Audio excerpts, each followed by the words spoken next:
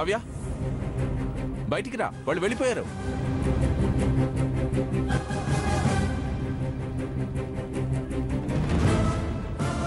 Sorry అండి, ఏమనుకోవద్దు, నేను వెళ్తున్నాను. బాయ్.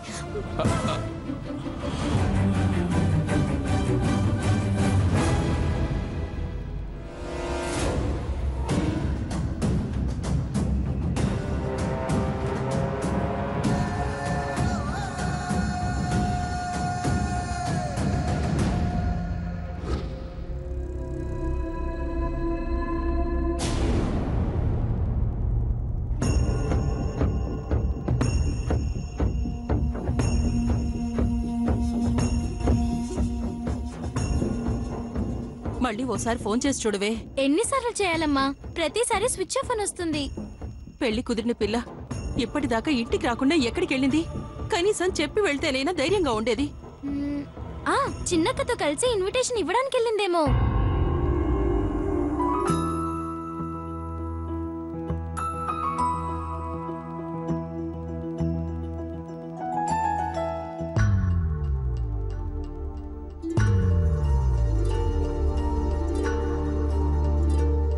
అయితే కావ్య మీతో కూడా రాలేదా? అంటే ఏందే, ఇంకా ఇంటికి రాలేదా? రాలేదయ్యా.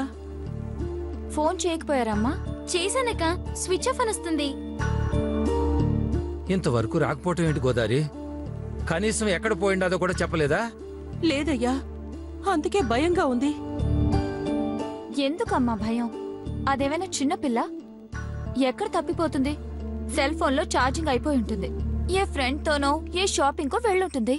రోజులు బాలేదు కదమ్మా.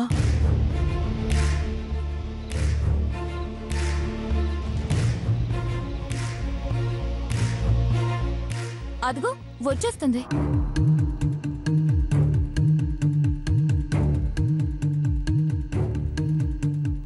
ఏమే, ఇంట్లో మనిషికి చెప్పిపోయిండాలని జ్ఞానం లేకుండా పోయిండదా? ఎక్కడ పోయిండావు ఇప్పుడు దాకా? అసలు నీకు బుద్ధి జ్ఞానం ఉన్నాయా? ఇంతవరకు రాకపోతే మేమంతా ఎంత కంగారు పడతావో తెలీదా? ఆగండమ్మా, ఎందుకంత తొందర పడుతున్నారు? నేను అడుగుతానుగా. ఎక్కడికెళ్ళావు కావ్య? అది అది నేను నీకోసం నీ ఇంటికి వెళ్ళానక్క. మా ఇంటికి వెళ్ళావా? నేను వస్తానని ఎదురు చూస్తూ ఇంతసేపు కూర్చున్నావా? అవునక్క, అవును. విన్నారుగా, అది సంగతి.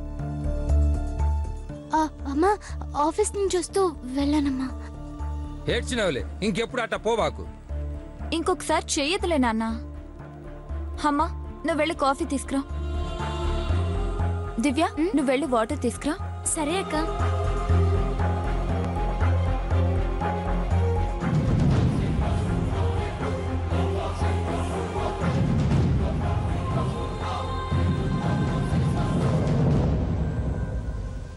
కావ్య, నేను నాన్న లాయర్ ఇంటికి వెళ్ళొచ్చాను తెలుసా?